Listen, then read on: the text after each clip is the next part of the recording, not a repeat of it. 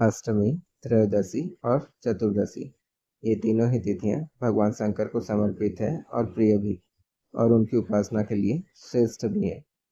साथ ही साथ अष्टमी माँ दुर्गा को, त्रयोदशी भगवान धन्वंतरी और कामदेव को, और चतुर्दशी केवल भगवान शंकर को समर्पित है।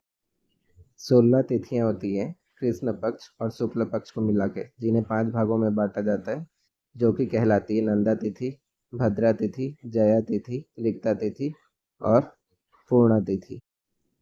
अष्टमी और त्रयोदशी जया तिथि कहलाती है और चतुर्दशी रिक्ता तिथि कहलाती है।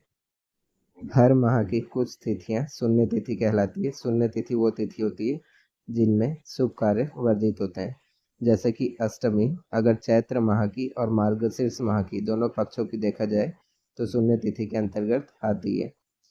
त्रयोदशी जो कि ज्येष्ठ महीने की शुक्ल पक्ष की त्रयोदशी शून्य तिथि में आती है, और चतुर्दशी ज्येष्ठ और कार्तिक की, ज्येष्ठ में कृष्ण पक्ष की और कार्तिक में शुक्ल पक्ष की चतुर्दशी शून्य तिथि में आती है।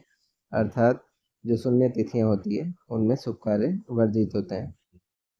शुभ कार्य से तात्पर्य पाठ पूजा या जप तप व्रत से नहीं, शुभ कार्य अर्थात मांगलिक कार्य से है।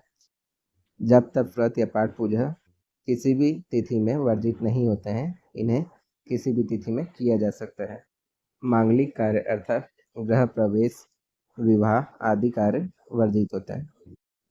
अष्टमी तिथि भगवान शंकर और माँ दुर्गा के साथ साथ काल भैरव, शीतला माता और कृष्ण जी को भी समर्पित है। इस दिन इन पांचों प्रभु माताओं के व्रत किए जाते हैं। त्रयोदशी में जैसा कि मैं बताया भगवान धन्वंतरी, कामदेव और भगवान शंकर को समर्पित है, तो त्रयोदशी का व्रत किया जाता है। त्रयोदशी के व्रत को प्रदोष व्रत के नाम से भी जाना जाता है। अलग अलग दिन में पड़ने वाला प्रदोष व्रत भी अलग अलग नामों से जाना जाता है। जैसे मंगलवार को पड़ने वाला प्रदोष व्रत होम प्रदोष व्रत कहलाता है। ऐसी मान्यता है कि चंद्रदेव ने अपने दोष को दूर करने के लिए भगवान शंकर की जो तपस्या की थी उसमें प्रदोष व्रत का ही अनुष्ठान किया था। फिर आता है चतुर्दशी का व्रत, जिसे शिवरात्रि का व्रत भी कहा जाता है। और फाल्गुन मास में कृष्ण पक्ष की चतुर्दशी को पड़ने वाली शिवरात्रि महाशिवरात्रि कहलाती है।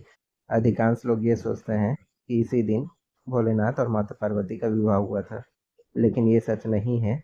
भोलेनाथ और माता पार्वती का विवाह मार्गशीर्ष माह में अर्थात अगहन माह में हुआ था, जो कि शिव पुराण में वर्णित भी है।